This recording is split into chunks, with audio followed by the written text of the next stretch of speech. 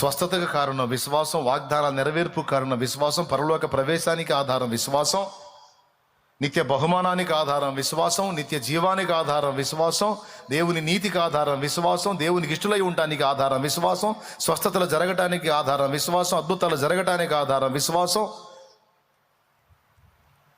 మనం అంతవరకు కాపాడుకోవాల్సింది విశ్వాసం.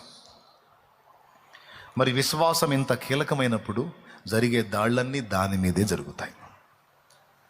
శత్రువు టార్గెట్ చేసే దాన్నే. నా విశ్వాసము దెబ్బగొట్టాలని, నీ విశ్వాసం దెబ్బగొట్టాలని,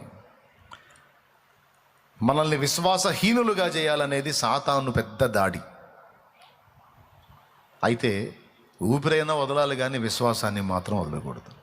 యాకోబు కోల్పోయినట్టు సమస్తము కోల్పోయినా పర్వాలేదు కానీ దేవుని యందు విశ్వాసాన్ని మాత్రం వదిలిపెట్టకూడదు. ఆ విశ్వాసం ఒక్కటి ఉంటే మనం పోగొట్టుకున్నవి కూడా మళ్ళీ వస్తాయి మనకంతే.